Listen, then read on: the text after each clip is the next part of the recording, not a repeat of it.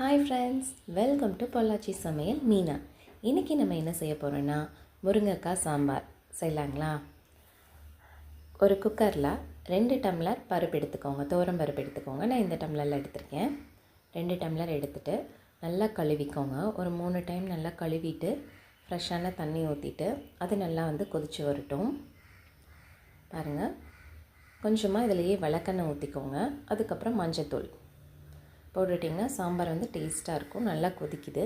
இந்த தண்ணியை கொஞ்சமாக எடுத்துகிட்டு புளி ஊற வச்சிடலாம் இந்த தண்ணியிலே. அதுக்கப்புறம் முருங்கைக்காயும் சின்ன வெங்காயம் நான் கட் பண்ணி வச்சுருக்கேன். அப்புறமா 3 தக்காளி.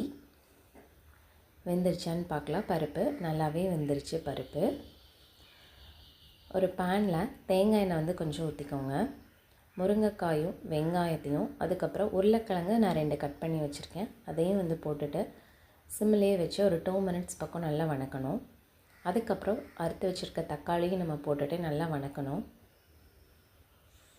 வணக்கணும். அதுக்கப்புறம் பருப்பு தண்ணியும் நம்ம எடுத்து இதில் ஊற்றிடலாம்.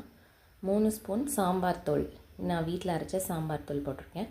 அதுக்கப்புறம் 1 ஸ்பூன் மிளகாய்த்தூள், தேவைக்கேற்ப உப்பு, இது எல்லாத்தையும் போட்டுட்டு நல்லா கலக்கணும். அதுக்கப்புறம் புளியும் கரைச்சிட்டு நம்ம வடிகட்டி ஊற்றிடலாம் அதில். அவ்வளோதான் ஃப்ரெண்ட்ஸ். நல்லா அந்த உருளைக்கிழங்கு முருங்கைக்காயில் நல்லா வெந்து வரட்டும். பாருங்கள், கொஞ்சம் நல்லாவே கொதிக்குது. இதில் உப்பு காரம் புளிப்பு எல்லாமே செக் பண்ணிக்கோங்க. அதுக்கப்புறம் பெருங்காயத்தூள் போட்டு இறக்கிடலாம் ஃப்ரெண்ட்ஸ். அவ்வளோதான். சாம்பார் ஒரு 20 மினிட்ஸ்லேயே சீக்கிரமாக ரெடி ஆயிரும். பருப்பு வெந்ததும் ஒரு 20 மினிட்ஸ் தான். அதுக்கப்புறம் ஒரு பேனில் தேங்காய் எண்ணெய் ஊற்றிக்கோங்க. தேங்காய் எண்ணெய் காஞ்சதும் கடுகு போட்டுக்கணும்.